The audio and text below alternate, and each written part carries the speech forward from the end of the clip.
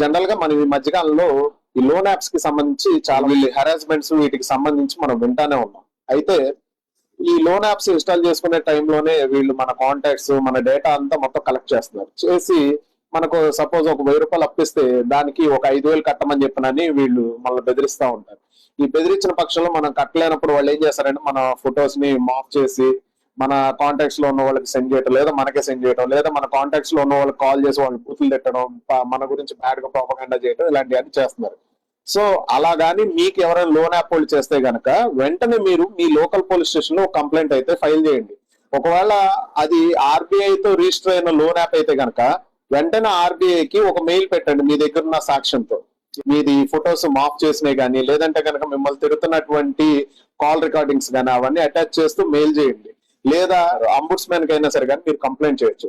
అంతేగాని ఇలా మిమ్మల్ని బెదిరించి డబ్బులు వసూలు చేసుకోమని ఆర్బీఐ ఎక్కడ ఏ లోన్ యాప్ వాళ్ళకి ఎటువంటి రైట్స్ ఇవ్వలేదు. సో అలాగాని మిమ్మల్ని ఎవరైనా సరే బెదిరిస్తే గనక ఖచ్చితంగా మీరు దగ్గరలో ఉన్నటువంటి పోలీస్ స్టేషన్ లో అయితే కంప్లైంట్ ఇవ్వటం మాత్రం మర్చిపోవద్దు.